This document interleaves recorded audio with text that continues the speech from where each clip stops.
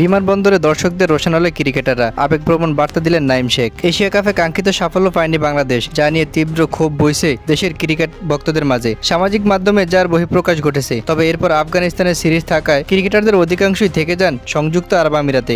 টি-20 series বাংলাদেশের দখলে ধবলধোলাই করলেও ওয়ানডেতে উল্টো চিত্র দেখেছে মেহেদী হাসান মিরাজের দল। আফগানিস্তান সিরিজ শেষে বুধবার রাতে দেশে ফিরতেই দর্শকদের তীব্র ক্ষোভের মুখে পড়েন জাতীয় দলের ক্রিকেটাররা। নিকট অতীতে তাদের এমন অভিজ্ঞতার মধ্যে দিয়ে যেতে হয়নি। কেউ শুনেছে ধুয়ো, কেউ আবার পরিবারের সামনে হেনস্থার শিকার হয়েছেন। তাহিদ হৃদয় ও নাঈম শেখদের গাড়ি লক্ষ্য করে সেই তিক্ত অভিজ্ঞতার তুলনামূলক বেশি সময় ধরে স্থায়ী হয়। স্বভাবতই তাদের হাতে মনক্ষুণ্ণ হয়েছেন নাঈম। এরপরে বাঁহাতি পেসার বিষয়টি নিয়ে ফেসবুকে একটি আবেগপ্রবণ বার্তা দিয়েছেন।